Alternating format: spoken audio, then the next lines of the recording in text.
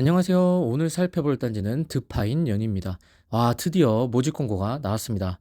얼마 전에 제가 모집 공고 전 영상을 만들어 봤었는데 그때랑 진짜 비슷하게 분양가가 나왔어요. 역시나 84 타입이 15억 안팎에 나왔죠. 자, 한번 다 자세하게 한번 살펴보겠습니다. 자, 위치는 서대문구 연희동에 위치해 있어요. 입주 시기는 29년 1월이고요. 세대수는 959세대입니다. 그 중 332세대가 물량으로 나왔어요. 약 30%죠. 정말 많은 거예요. 전체 세대의 30%가 물량이 나오다니요. 나온 평형들이 39, 49 이런 극소형 평형이 아닌 59 타입부터 84 타입까지 정말 인기 많은 25평부터 34평까지 나왔어요. 그게 약 330세대인 겁니다. 와, 정말 좋죠. 분양가는 25평은 12억 4천 정도, 30평은 13억 3천, 34평은 15억 2천입니다. 물론 분양가가 비싸긴 하지만 지금 내 집 마련을 어차피 하려고 하셨던 분들은 이 정도 가격이면 저 같으면 도전할 것 같아요. 특히 25평 같은 경우엔 내가 맥시멈 대출 받고 그리고 어느 정도 내가 모은 돈 합치면 사실 요 정도는 도전해 볼 만 하죠. 요즘 청약 시장이 경기도 웬만한 곳도 34평이 다 15억입니다. 뭐 얼마 전 수지도 그렇고 안양, 안산 모두 다 15억 이상 하는 시대라 서울에 이 정도면 게다가 하이엔드 브랜드 드파인을 달고 나왔죠. 그래서 올해 보면 장기적으로 보면 나쁘지 않다고 생각합니다. 청약 접수일은 특별 공급은 1월 19일 월요일, 일반 공급은 1월 20 화요일입니다. 자, 필요 자금 같은 경우엔 25평 같은 경우에는 약 9억 정도, 30평은 10억 2천, 34평은 약 12억 정도가 필요해요. 자, 요건 뒤에서 자세히 볼게요. 자, 특이사항은 자, 분양가가 아니라 감정평가액이 15억 이상이면 대출이 4억까지입니다. 자, 84 타입은 어차피 15억 이상이라 논외로 하고 74 타입은 13억 3천이잖아요. 그런데 이게 제 생각엔 입주 시점에는 15억이 넘을 것 같아요. 감정평가액이. 그래서 대출이 4억밖에 안 나올 거라고 예상합니다. 그래서 이것도 뒤에서 한번 볼게요. 시세 차익은 얼마냐? 약 1억 정도 보고 있습니다. 자, 제한사항은 전매 제한 3년, 실거주 의무는 없습니다. 자, 오늘은 이렇게 보려고 하는데 제가 여기에 항상 평면도를 분석했는데 아직 평면도 공개가 제대로 되지 않았어요. 그래서 평면도는 다음에 따로 한번 빼서 자세히 보기로 하고 오늘은 자, 세부 물량 위주로 보고 그 다음에 공급 금액 자세히 볼 거고요. 자금 계획과 시세 차익, 마지막 입지까지 한번 보겠습니다. 기본 정보를 보겠습니다. 규제 지역이다 보니 서울시 2년 이상 거주자에게 해당 지역을 주죠. 그리고 재당첨 제한 10년, 전매 3년이고요. 실거주 의무는 없습니다. 분상제 미적용 단지예요. 그러다 보니 분양가가 비싸죠. 일정을 보시면 자, 모집 공고일은 1월 9일 금요일 날 나왔고요. 모든 기점이 이 모집 공고일 기점으로 간다는 거. 특별 공급 접수일은 1월 19일 월요일, 1순위는 1월 20 화요일. 당첨 발표는 28일 수요일이고요. 계약 체결은 2월 8일부터 10일 날 합니다. 이때 계약금을 가지고 계셔야 돼요. 근데 이따 뒤에 설명드릴 거지만 계약금이 계약의 10%가 아니라 일괄 1,000만 원으로 납부하게 됩니다. 그래서 이 계약 체결할 때 1,000만 원 꼭 수중에 있어야 된다는 점. 자, 그리고 자격사항을 볼게요. 먼저 세대주 요건은 규제 지역이다 보니 노부모 생애 최초 1순위 요 세 가지 유형을 봅니다. 그래서 1순위에도 세대주 요건이 있기 때문에 부부에 한해서는 세대주인 남편이 생애 최초, 세대 원인 와이프가 신혼부부, 1순위 같은 경우는 세대주인 남편밖에 쓰지 못해요. 그래서 총 3번의 기회입니다. 소득과 자산은 특별 공급의 신혼부부와 생애 최초만 봅니다. 일반 공급에서는 소득과 자산을 보지 않아요. 그리고 청약통장 자격 요건을 보시면 다자녀와 신혼부부는 6개월 이상이고요. 생애 최초와 1순위는 24개월 이상이라는 거. 자, 이제 총 물량을 한번 봐볼게요. 보시면 물량이 정말 다양해요. 총 900여 세대인데 그 중에 300개나 청약 물량이니 30% 이상이 나온 겁니다. 그래서 단순 계산으로만 봐도 정말 청약 물량이 많은 거예요. 그 중에서도 우리가 정말 원하는 59 타입부터 84 타입 위주 청약 물량이라는 거. 332가구 중 331가구가 59 타입과 84 타입 사이에 있는 물량이죠. 그래서 정말 알짜 물량이라고 볼 수 있습니다. 보시면 59 타입 같은 경우엔 A, B 타입으로 나눠져 있고 총 공급 세대수가 약 170세대죠. 74 타입하고 75 타입 이렇게 6개 타입이죠. 보시면 약 한 40가구 정도가 나왔어요. 84 타입을 보시면 와, 정말 평형이 정말 많죠. A부터 I까지 정말 많습니다. 총 뽑는 세대수도 보면 약 100여 세대 정도입니다. 와, 330개의 물량 중에 100여 세대가 우리가 정말 선호하는 84 타입이라는 거죠. 그래서 정말 3인에서 4인 가족들이 살기 좋은 이러한 중대형 평형이 나왔다는 게 정말 좋습니다. 그래서 총 332세대 중에 특별 공급으로는 181세대가 배정이 되었고요. 일반 공급은 150세대가 배정되었습니다. 이 특별 공급 내에서도 자, 신혼부부는 76세대. 정말 많죠. 그리고 다자녀 33세대, 생애 최초 29세대. 여기서 보시면 아이 있는 집은 요 세 가지 특별 공급에 대해서 아마 많이들 고민하실 거예요. 그래서 제가 한번 요거 관련돼서 뒤에서 설명드려 보겠습니다. 자, 다자녀 특별 공급에 대해서 설명드리겠습니다. 보시면 제가 표로 한번 정리해 봤습니다. 자, 59 타입 요렇게 나뉘고요. 74, 75 타입 요렇게 나뉘고 84 타입 요렇게. 보시면 59 AB 타입이 가장 많네요. 역시.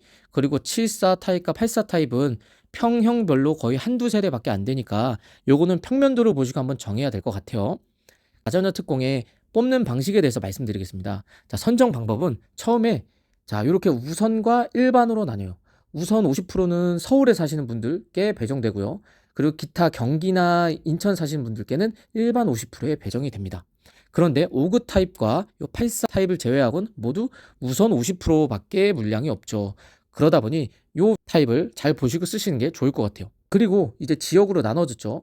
이제 경쟁을 하게 되면 배점으로 나뉩니다. 뭐 뒤에 미성년자 수, 청약자 연령, 추첨 이렇게 있지만 대부분 배점에서 갈려요. 자, 그럼 배점을 한번 볼게요. 배점은 총 6개 항목으로 되어 있어요. 위에 두 항목은 자녀가 특정 나이가 되면 떨어집니다. 자녀가 만 19세, 만 6세. 그래서 내 자녀가 원래는 만 6세였는데 모집 공고일 기준 만 7세가 되었다. 생일이 지나서 만 7세가 되었다 하면 원래 점수에서 5점이 뚝 떨어져 버리는 거예요. 그래서 모집 공고일 기준이 정말 중요합니다. 그리고 밑에 요 네 가지 항목은 시간이 지나면 채워지는 점수예요. 세대 구성원, 무주택 기간, 해당 시도 거주 기간, 입주자 저축, 가입 기간. 그래서 여기는 대부분 만점을 먹고 들어갑니다. 그래서 로또 청약 같은 경우에는 당점 가점이 약 85점에서 9점. 레미안 트리니온 같은 경우는 거의 90에서 95점이 나왔죠. 그리고 일반적으로는 70점대면 소위 말하는 안전빵이라고 할 수 있죠. 제 예상에는 이 소형 평형은 정말 높을 것 같아요. 배점이. 왜냐? 분양가가 상대적으로 좀 저렴하다 보니 현찰이 적은 신혼부부나 아니면 무주택자 분들이 좀 지원하기 되게 용이하거든요. 그래서 59 타입은 인기가 정말 많을 것 같다. 그래서 가점도 80점 이상이어야 될 거예요. 74 타입과 84 타입은 분양가가 상대적으로 비쌉니다. 그런데 배정 물량이 한 세대밖에 되지 않다 보니 여기도 당첨 가점이 높을 것 같아요. 그래서 한마디로 정리하면 소형 평형이든 대형 평형이든 가점은 높을 것이다. 자, 다음으로 신혼부부 특별 공급에 대해서 설명드리겠습니다. 자, 신혼부부 같은 경우엔 자, 요것도 평형별로 나눠볼게요. 59 타입, 74, 75 타입, 84 타입 이렇게 나눠져 있죠. 자, 선정 방법을 볼게요. 처음에 소득, 자녀 유무, 그 다음에 지역, 그리고 자녀 수 추첨 요 단계로 갑니다. 먼저 소득을 한번 볼게요. 소득은 총 5개 단계로 나눠져요. 1, 2단계는 신생아가 있어야 돼요. 만 2세. 그리고 3, 4단계는 신생아가 없는 가정들, 마지막엔 추첨. 자, 1단계부터 볼게요. 1단계는 만 2세 신생아가 있어야 되고요. 외벌이는 100, 맞벌이는 120% 이하여야 됩니다. 2단계는 똑같이 신생아가 있어야 되고요. 외벌이는 140, 맞벌이는 160까지 됩니다. 자, 3, 4단계는 1, 2단계랑 똑같은데 신생아가 없는 가정들. 즉 3단계 같은 경우에는 외벌이 100%, 맞벌이 120%. 자, 4단계는 외벌이 140, 맞벌이 160% 이하. 추천 공급 같은 경우에는 외벌이 기준 140% 초과하거나 맞벌이는 150% 초과하거나 그리고 부동산 가액은 3억 3,100만 원 이하이신 분들이 됩니다. 자, 그래서 1단계로 이렇게 경쟁을 하게 되면 1단계인 분들끼리 자, 자녀 유무를 봅니다. 근데 신생아 우선이니 당연히 자녀는 다 있겠죠. 그리고 서울 지역 사람들이 지원하기 때문에 2번, 3번은 변별력이 없습니다. 자, 네 번째 자녀 수로 갑니다. 자, 여기서 대부분 자녀 수에서 갈려요. 보통 자녀 수가 2명 이상이신 분들이 다자녀와 신혼부부를 고민하시는데 대부분 자녀 2명이 컷입니다. 그리고 또 대부분이 자녀 2명이다 하시면 여기서 추첨으로 가게 됩니다. 자, 그래서 이렇게 한 바퀴 돌고 나서 떨어지신 분들은 자연스럽게 2단계로 지원이 됩니다. 즉 2단계는 1단계 낙첨자와 2단계 지원자가 한 번에 경쟁을 하게 됩니다. 그래서 또 2단계에서 떨어지면 3단계, 4단계, 5단계 이렇게 가서 1단계 지원자들은 총 5번의 기회가 있다는 거예요. 그러면 2단계 지원한 사람들은 어떨까요? 2단계 지원한 사람들은 예를 들어 낙첨이 되면 바로 3단계로 지원이 될까요? 아닙니다. 2단계 낙첨자들은 4단계로 갑니다. 왜냐? 지금 2단계 소득 분위가 외벌이 140, 맞벌이 160이거든요. 하지만 3단계 소득 분위는 2단계보다 더 적어요. 120에서 100이기 때문에 소득 분위가 맞지 않죠. 그래서 2단계 낙첨자는 떨어지면 3단계가 아니라 4단계로 갑니다. 그래서 4단계에서 낙첨되신 분들은 다시 5단계로 가고. 그래서 정리해 보면 1단계는 총 5번의 기회, 2단계는 총 3번의 기회, 3단계는 총 3번의 기회, 4단계는 2번의 기회라고 보실 수 있습니다. 자, 그리고 오른쪽에는 요 소득을 정리해 봤습니다. 자, 보통 3인에서 4인 가구겠죠. 그래서 100% 이하는 3인은 720, 4인은 850 정도. 그리고 연봉 한 1억 정도 되죠. 그리고 예를 들어 맞벌이 같은 경우에는 860에서 1000만 원까지 되니 신혼부부들은 웬만하면 30대 초중반이겠죠. 전문직을 제외하고서는 웬만하면 요 소득분위 안에는 다 들어가실 수 있을 것 같아요. 자, 이제 생애 최초를 보겠습니다. 생애 최초 선정 방법은 정말 간단해요. 자, 첫 번째 소득, 두 번째 지역, 세 번째 추첨으로 갑니다. 자, 소득은 신혼부부랑 똑같아요. 그런데 보면 단계별 공급 물량이 다릅니다. 자, 아까는 25, 10, 25, 10 이런 식으로 갔는데 생애 최초는 신생아 우선 공급이 15%, 신생아 일반이 5%, 그 다음에 일반 우선이 35, 일반 공급이 15 이렇게 갑니다. 그리고 또 다른 점이 신혼부부 같은 경우에는 맞벌이와 외벌이를 나눠서 했는데 생애 최초는 똑같습니다. 그런 구분 없이 자 1단계는 130% 이하여야 돼요. 당연히 신생아가 있어야 되고요. 2단계는 신생아 만 2세 자녀를 보유하고 160% 이하여야 돼요. 그리고 3단계 같은 경우에는 똑같이 신생아 자녀와 상관없이 월평균 소득 130% 이하, 4단계는 160% 이하. 그리고 5단계 추첨은 혼인 중이나 미혼인 자녀가 있으시면 소득이 160% 초과여야 되고요. 만약에 1인 가구다 하시면 160% 이하여야 됩니다. 둘 다 부동산 3억 3,100만 원 이하여야 되고요. 자, 그래서 여기서 1인 가구를 한번 볼게요. 1인 가구란 무엇일까? 단독 세대와 단독 세대가 아닌 세대로 나뉩니다. 단독 세대란 단독 세대주거나 세대 구성원에 해당하지 않는 분과 같은 세대를 하는 거예요. 예를 들어 동거인이나 형제자매. 혼자 사는 게 아니에요. 뭐 친구나 아니면 형제나 자매랑 살아요. 그런 것도 단독 세대라고 칩니다. 그런데 단독 세대들은 특징이 뭐냐? 전용 면적 60 이하만 쓸 수 있어요. 그런데 여기 보시면 전용 면적 60 이하가 5구 AB가 있는데 여기는 추첨 물량이 없죠. 그러다 보니 이 추첨 공급이 없기 때문에 1인 가구들은 쓰지 못해요. 단독 세대가 아닌 가구는 직계 존속과 같은 세대를 이루는 세대죠. 부모나 조부모와 같이 사는 분이죠. 그런데 여기도 마찬가지로 추첨 공급 5단계 물량인데 지금 5단계가 아무것도 없죠. 그러다 보니 이 추첨 물량이 없습니다. 그래서 이 1인 가구는 요번에 지원이 불가능해요. 전체적으로 보면 신생아가 있으신 분들은 제가 이 밑줄 친 위에 물량이 있는 세대 위주로 쓰셔야 돼요. 지금 59 타입이나 74AB, 75AB, 84A부터 G까지를 쓰시면 되겠죠. 그리고 내가 예를 들어 신생아가 없는데 쓰고 싶다 하시는 분들은 84AB 타입이나 59AB 타입을 쓰시면 되죠. 이 타입을 제외하고서는 물량이 전무합니다. 그래서 이 표를 보시고 내 상황에 맞춰 어디를 써야겠다 하는 걸 비교해 보시면 될 것 같아요. 일반 공급 물량을 보겠습니다. 자, 59 타입 물량이 제일 많죠. 그리고 74에서 75 타입 좀 적절하고요. 84 타입이 제일 많습니다. 우리가 여기서 가장 궁금해하는 게 1주택 추천 물량이죠. 지금 내가 1주택이 있으신 분들은 59 AB 타입밖에 못 씁니다. 그리고 내가 무주택인데 가점이 정말 낮다 하시는 분들은 여기 물량을 노리셔야겠죠. 보시면 59 AB 타입이 가장 많아요. 그래서 내가 좀 넓은 평형이 필요 없다 하시는 분들은 무조건 59 AB 타입을 쓰시는 게 맞죠. 그리고 84 타입을 원한다 하시면은 84 AB 타입을 쓰시는 게 낫죠. 그나마 세 가구로 가장 많으니까요. 그런데 그런 분들도 있어요. 아니 무주택 추천 물량이더라도 한 세대라도 있으니까 여기 쓰면 되지 않느냐. 여기도 가능성이 있지 않느냐. 자, 맞는 말씀이신데 일반 공급도 어떻게 뽑냐면 가점제에서 떨어지신 분들이 이 무주택 추첨하고 같이 경쟁을 해요. 즉 이 무주택 추첨 물량도 이 가점제에서 떨어지신 분들과 같이 경쟁을 하는 거예요. 즉 1주택 추첨 물량도 무주택 추첨에서 떨어지신 분들과 같이 경쟁을 합니다. 그래서 1주택 추첨 물량은 꼭 1주택이신 분들이 가져가라는 보장이 없어요.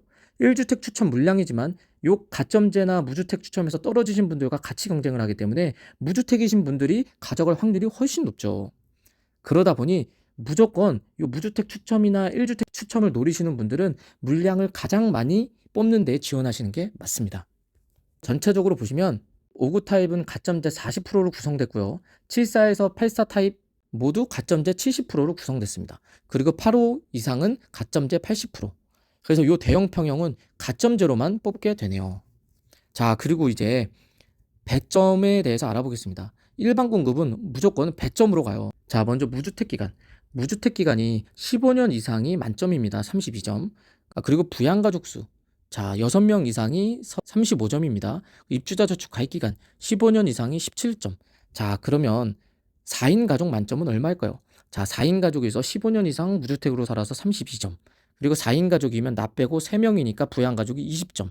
그 입주자 저축 가입 기간은 만점이라고 쳐볼게요. 그러면 32점 더하기 20점 더하기 17점 하면 69점이 나옵니다. 즉 4인 가족에서 15년 동안 무주택으로 꼬박 입주자 저축 가입 기간을 넣으신 분들은 69점이라는 점수를 받게 됩니다. 제 예상에는 59 AB 타입은 만점 통장이 나올 것 같아요. 69점 이상이요. 왜냐? 소요 비용이 적어서 청약 문턱이 그나마 조금 낮거든요. 그리고 요 84 ABCD 여기는 물량이 많거든요. 여기 같은 경우에는 만점이 아니어도 60점대여도 가능할 것 같습니다. 이제 배치도를 봐보겠습니다. 말씀드린 대로 여기가 과자율 뉴타운 그리고 과자역이 있고요. 보시면 여기가 드파인 연입니다. 정말 특이하죠. 단지가 이렇게 일자로 늘어서 있죠. 보시면 대부분 남동향과 남서향 배치를 했습니다. 그리고 지금 여기 보면 궁동공원이라고, 그래서 여기가 궁동공원이 이렇게 있습니다. 그러다 보니 요 101, 102, 103, 104, 106, 109, 111, 113 요 남동향 숲뷰가 가능하겠죠. 그리고 저층부터 고층까지 앞에 가로막는 게 없다 보니 웬만하면 숲뷰 조망이 가능할 거예요. 그리고 요 파란색으로 친 108동, 110동 요 남서향도 요렇게 숲뷰가 가능할 것입니다. 요 주황색으로 동그라미 쳐놓은 동을 보시면 남서향을 봅니다. 남서향 끝쪽 라인이죠. 여기 끝에 위치한 라인들은 다 내부 순환로 뷰가 나옵니다. 앞에 단지가 있겠지만 요 끝에 라인들은 내부 순환로가 우측으로 보이겠죠. 그러다 보니 도로 뷰가 나오게 되고요. 우측으로는 이렇게 하천까지도 잘하면 보이게 되죠. 그래서 한번 뷰가 잘 나오는 동을 한번 알아봤고요. 요 113동 같은 경우에는 여기가 되겠죠. 그래서 여기서 가장 가까운 동입니다. 이렇게 가면 되니까. 그래도 한 300m는 걸어야 됩니다. 그리고 요 가재율 뉴타운하고 이렇게 가는 길목이 있습니다. 이렇게. 그래서 요렇게 가게 되면 여기 상권을 또 이용할 수 있습니다. 그래서 여기 동이 또 선호될 수가 있겠죠. 또 여기에 가까운 동을 선호하시는 분은 여기를 또 선호하시겠고요. 그래서 배치도를 종합적으로 보시면 이렇게 길게 늘어서 있다 보니 단지의 밀집력이라고 해야 될까요? 그런 점은 살짝 아쉽지만 동간 거리가 넓고 각 세대마다 조망권이 확보되어 있다는 점은 상당히 좋은 점으로 보입니다. 하지만 단지가 900세대임에도 불구하고 상당히 멀리 가야 되겠죠. 끝과 끝이기 때문에. 이렇게 정사각형 구조로 만들었다면 요 끝과 끝 세대가 얼마 차이 나지 않겠지만 이렇게 기다랗게 만들다 보니 끝과 끝 세대가 너무 멉니다. 자, 소요 비용을 봤습니다. 워낙 타입이 많다 보니 제가 같은 평형대로 그냥 묶어봤어요. 그리고 분양가는 각 타입별 그냥 최고 분양가로 산정했습니다. 그렇게 되면 59평은 약 12억 4천, 74, 75 타입은 요 13억 대고요. 84 타입은 15억 2천, 115 타입은 23.6억입니다. 자, 발코니 확장 비용을 보면 이렇게 되고요. 에어컨하고 플러스 옵션 합치면 통상적으로 요 정도 들더라라고 해서 요 정도를 제가 잡아봤어요. 임의로. 그리고 중도금 이자는 자, 계산을 어떻게 하냐면 자, 먼저 보시죠. 계약금은 두 번에 나눠냅니다. 1차 계약 때 일괄 1,000만 원. 2차 계약 때는 1,000만 원을 제외한 나머지 계약금 10%를 냅니다. 그리고 나서 1회차, 2회차, 3회차, 4회차, 5회차, 6회차까지 중도금을 납부하고 마지막 잔금을 납부하게 되겠죠. 29년 1월에. 자, 보시면 중도금을 어떻게 계산하냐. 자, 5구 타입 위주로 가볼게요. 자, 먼저 회차 납입금이 얼마죠? 10%씩이죠. 분양가가 12억 4천이니 거기에 10% 하면 1억 2,400 정도입니다. 여기. 그리고 금리를 5%로 잡아볼게요. 0.05. 근데 이게 연금리죠. 월로 나누면 12월로 나눠야겠죠. 자, 그리고 자, 1회차를 빌렸다고 하면 자, 1회차가 26년 7월 15일이죠. 근데 입주 지정이 29년 1월이라고 했을 때 26년 7월부터 29년 1월까지 30개월 납부하게 됩니다. 그래서 30. 2회차는 25개월. 자, 3회차는 20개월. 4회차는 15개월. 아, 그렇게 해서 요 모든 걸 더하면 4,650만 원이 됩니다. 자, 그렇게 하면 분양가, 발코니, 옵션, 중도금이자 모두 더하면 총 소요 비용은 13억 2,400 정도가 나옵니다. 5구 타입은. 약 분양가 대비 1억 좀 안 되게 뛰었죠. 자, 84 타입을 볼까요?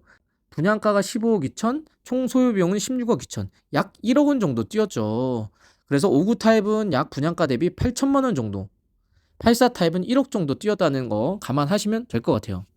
그리고 중도금은 사실 저는 1회차부터 4회차를 빌린다고 가정했지만 3회차부터 6회차까지 이렇게 빌려도 상관없으십니다. 본인이 정하는 거예요. 그런데 대부분은 1회차부터 4회차까지 빌리게 되죠. 그리고 5, 6회차는 잔압이나 연체를 하게 됩니다. 그리고 통상적으로는 이 5회차, 6회차는 사실 연체를 하거든요. 연체를 해도 사실 문제는 안 돼요. 대신 연체 이자를 물겠죠. 근데 보통 연체 이자가 현재 5%로 잡았는데 이 5%보다 한 4, 5% 정도 높아요. 그러면 연금리가 10% 정도 되겠죠. 근데 그럼에도 요 5회차는 28년 3월, 6회차는 28년 8월에 납부하게 되니까 총 납입 개월 수가 약 12개월에서 15개월 정도 되죠. 그렇게 따지면 사실 얼마 되지 않아요. 원금이 25평 같은 경우에는 회차당 1억 2천이다 보니까 두 회차 약 2억 5천을 내야 돼요. 그래서 2억 5천을 긴급하게 마련하느니 이걸 연체시키고 한 3, 400 정도 연체 이자로 내는 것도 나쁘지 않은 선택이죠. 그런데 특정 모집 공고는 연체를 하지 못하게 하는 경우도 있습니다. 그래서 이거는 계약할 때 연체를 해도 되는지, 중도금 이외 연체가 가능한지 요거는 개인별로 한번 정확히 파악해 보셔야 될 것 같아요. 통상적으로는 이외 연체는 아무 문제가 없습니다. 자, 이제 자금 플랜을 한번 세워보겠습니다. 아까 총 소유 비용을 바로 종전에 계산을 했죠. 자, 여기서 제가 말씀드리고 싶은 게, 자, 잔금 대출, LTV 42, 과연 분양가 기준일까요? 아닙니다. 분양가 기준이 아니라 입주 시점 감정평가의 기준이에요. 원래 주택담보대출이란 게 KB 시세나 주변 시세로 가죠. 그런데 여기는 분양 아파트이기 때문에 아무것도 없어요. 나온 게. 그래서 입주 시점에 해당 은행에서 정한 감정평가의 기준으로 갑니다. 그래서 은행마다 감정평가를 다르게 하기 때문에 각 은행별로 5천에서 1억까지도 벌어지게 됩니다. 그래서 이 감정평가에 따라 대출 가능 금액이 달라지는데 보통은 은행에서 웬만하면 후하게 쳐줍니다. 왜냐? 대출을 더 많이 해주려고요. 그래서 지금 84 타입은 어차피 분양가가 15억이 넘어서 대출 맥시멈이 4억이겠지만 요 5구나 74, 75 타입이 좀 애매해요. 74 타입은 분양가가 약 13억 후반이었죠. 그래서 입주 시점 약 3, 4년 후죠. 입주 시점에는 15억이 전 넘어갈 거라고 예상을 합니다. 그리고 59 타입 같은 경우가 좀 애매해요. 59 타입이 분양가가 12억인데 입주 시점에 감정평가액이 얼마로 나올까? 이게 가장 지금 관건이거든요. 저는 보수적으로 4억으로 잡았지만 제 생각에는 15억 미만으로 잡힐 것 같긴 해요. 아슬아슬하게. 그래서 15억 미만으로 나오게 되면 예를 들어 한 14억 5천, 13억 6천으로 나오게 되면 아슬아슬하게 맥시멈 6억까지 대출이 나옵니다. 그래서 5구 타입 감정평가 금액이 15억 미만으로 나온다. 그러면 대출이 맥시멈 6억 정도까지 나오겠죠. 자, 6억이 나오게 되면 총 소요 비용에서 6억을 제하면 필요 금액이 7억 2,400 정도가 됩니다.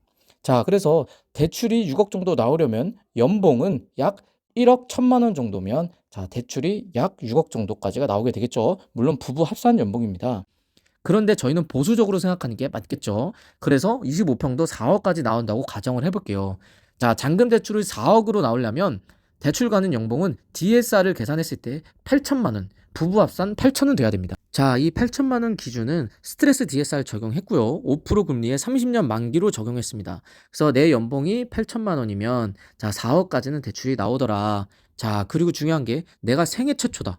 자, 생애 최초 대출을 쓰시면 평생 단 한 번 쓸 수 있는 거죠. 70%까지 나옵니다. 규제 지역도 동일해요. 그래서 70%까지 대출이 나오니 최대 6억까지는 다 나올 수 있습니다. 그래서 6억이 나오시는 분들은 생애 최초이신 분들이에요. 6억을 받으려면 내 연봉이 약 1억 1천만 원은 돼야 돼요. 부부 합산 1억 1천이면 6억은 나온다. 그래서 유념하실 게 지금 대출이 4억밖에 안 나오는 이유가 1015 규제로 15억 이상은 대출이 4억으로 막혔습니다. 15억 미만이면 LTV를 따져서 맥시멈 6억까지 나오고요. 15억이 넘어가면 4억, 25억이 넘어가면 2억이에요. 그래서 이 대형 평형은 당연히 25억이 넘어갈 거기 때문에 2억으로 제가 잡은 겁니다. 자, 그리고 저희는 항상 실거주할 때랑 전세를 줄 때를 생각을 하죠. 자, 여기는 실거주 의무가 없습니다. 그래서 누군가는 물어볼 수 있어요. 전세로 잔금을 맞춰도 되지 않느냐?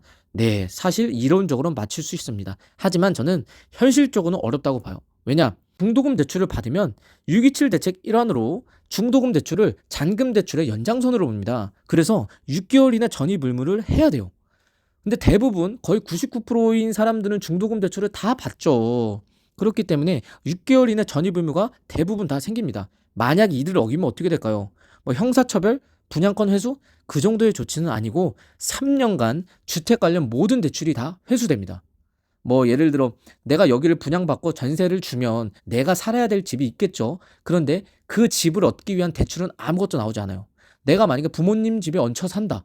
아니면 친구 집에 얹혀 산다. 하시는 분들은 사실 요 전입 의무를 어겨도 사실 상관없습니다. 3년 동안 얹혀 살 수 있다면요. 하지만 그러지 않고서야 내가 이 집을 전세로 주기 때문에 나의 주거 공간이 또 다른 곳에 필요하거든요. 그런데 그 주거 공간에 가려면 또 다른 돈이 필요하기 때문에 아마 좀 비현실적이라고 생각이 됩니다. 자, 그리고 소유권 이전 전세 대출이 전면 금지됐어요. 이 말은 뭐냐? 지금처럼 분양 아파트 잔금을 세입자 전세 보증금으로 내려면 세입자가 전세 대출을 받지 못해요. 즉, 올 현찰 세입자를 구해야 돼요.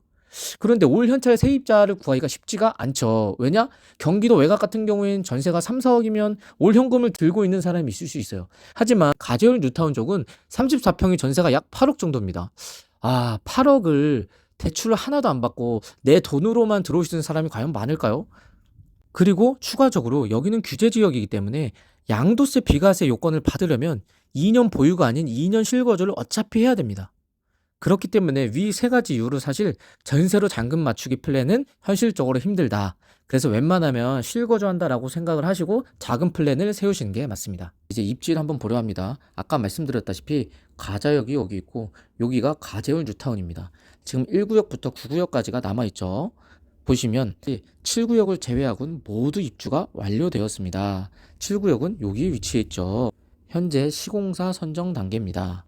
즉 7구역 제외하고 모두 입주가 완료되었기 때문에 어느 정도 완성된 뉴타운이라고 보시면 돼요. 그래서 인프라나 생활 여건이 대부분 구축되어 있다고 보시면 됩니다. 하지만 드파인 연희는 내부 순환로 기준으로 우측에 위치되어 있죠. 그래서 가재울 뉴타운하고는 사실 생활권이 좀 많이 다르다고 보시면 됩니다. 자, 이제 입지를 봐볼게요. 가재울 뉴타운이 여기 있죠.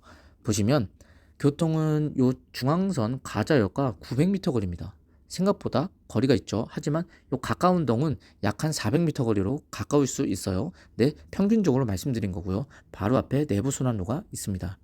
학군을 보면 연희초 배정이에요. 연희초가 여기 있죠. 약 1.5km 거리입니다. 그래서 도보로 통학이 불가능해 보이죠. 중학교는 서현중입니다. 1km 거리. 이것도 애매하죠. 주변을 보면 바로 옆에 가재울 뉴타운이 있지만 내부 순환로를 두고 분리되어 있어요. 그러다 보니 살짝 생활권이 좀 나뉘어 있습니다. 바로 옆에 있음에도 불구하고. 그래서 초등학교 배정, 중학교 배정도 완전 다르다고 보면 됩니다. 자, 녹지를 보면 궁둥공원, 안산도시자연공원, 옆에 하천 등 녹지는 상당히 많아요. 그런데 자, 주변을 보시면 주변이 정비되지 않았어요. 자, 여기 보세요. 바로 옆에 드파인연이 바로 옆을 보시면 야, 여기가 드파인연이 공사 중인 펜스가 보이죠. 그런데 자, 주변이 아직도 오래된 빌라가 보이죠. 그리고 우측도 보시면 드파인연이 바로 왼쪽입니다. 드파인연이가 여기 펜스가 보이죠. 바로 우측이 오래된 빌라예요. 사실 이런 빌라들이 우측으로 상당히 많이 깔려 있습니다. 그래서 지금 내부 순환로 기준으로 좌측은 좀 정비가 된 모양인데 우측은 사실 좀 어떻게 보면 날 것 그대로의 느낌이라고 할까요? 그래서 그런 느낌이 좀 아쉽습니다.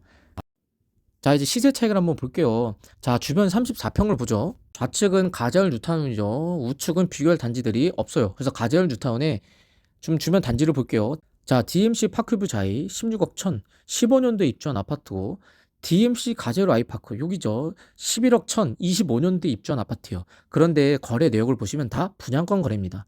분양권 거래는 대부분 양도세 문제로 올바른 시세라고 볼 수 없어요. 대부분 손피 거래나 아니면은 다운 거래가 대부분이죠. 그래서 올바른 시세라고 볼 수 없기 때문에 논외로 하고요. DMC 금호 리첸시아 여기 있죠. 요게 22년 아파트인데 13억 정도 됩니다. 근데 정말 소규모 아파트예요. 그래서 여기서 비교해 볼 수 있는 단지는 요 DMC 파크뷰자이 정도로 볼 수 있을 것 같아요. 자, 드파인 연희는 생활권이 가재울 뉴타운과 분리된다는 점 제외하고는 요게 좀 단점이죠. 요 점 제외하고는 가자역에서 유일한 대형 초신축 단지입니다. 그리고 이 정도면 역세권이죠. 한 500m 정도 나오더라고요. 그리고 대단지, 그리고 하이엔드 브랜드입니다. SK에서 선보인 드파인이라는 브랜드를 달고 나왔죠. 그래서 위 사항들을 고려하면 지금 가재울 뉴타운의 대장인 DMC 파크뷰 자이와 비슷하거나 조금 더 시세가 높을 것 같아요. 그래서 그거 고려하면 약 16억 중반이지 않을까. 그러면 34평 기준 분양가 15억 2천 대비 1억 정도 시세 차익이 있다라고 보여질 수 있을 것 같아요. 자, 이제 마무리를 해보겠습니다. 드파인 연이 드디어 공개되었죠. 바로 옆 가재울 뉴타운과 비슷한 수준의 가격으로 나왔어요, 분양가가. 그래서 여기를 접근할 때는 당장의 시세 차익보다는 솔직히 제가 아까 1억 정도라고 말씀드렸지만 자, 3년간 이 분양권을 갖고 있어야 되고요. 기타, 예를 들어 옵션이나 발코니, 에어컨 등 기타 부대 비용을 생각을 하면 1억 미만으로 되겠죠. 그래서 저희는 어떻게 접근해야 되냐면 자, 실거주용인 사람들, 어차피 내 집 마련을 하려고 했던 분들, 그리고 생활권이 원래 서쪽이셨던 분들에게는 최고의 선택이 아닐까 싶어요. 왜냐하면 어차피 내 집 마련을 해야 하는데 대출도 안 나오고 당장 15억을 마련하실 수 없는 분들은 청약의 장점이 뭡니까? 자, 계약금 10%만 있으면 내 집이 될 수 있어요. 그렇기 때문에 일단 청약 당첨되면 계약금 10% 내고 3년 동안을 쭉 느긋하게 자금 플랜을 계획이 가능한 거죠. 그리고 중도금 대출이 또 40%까지 나오고 5, 6회차는 연체를 하면 되고요. 나머지 3년 후에 그 목돈을 마련만 하면 되는 거거든요.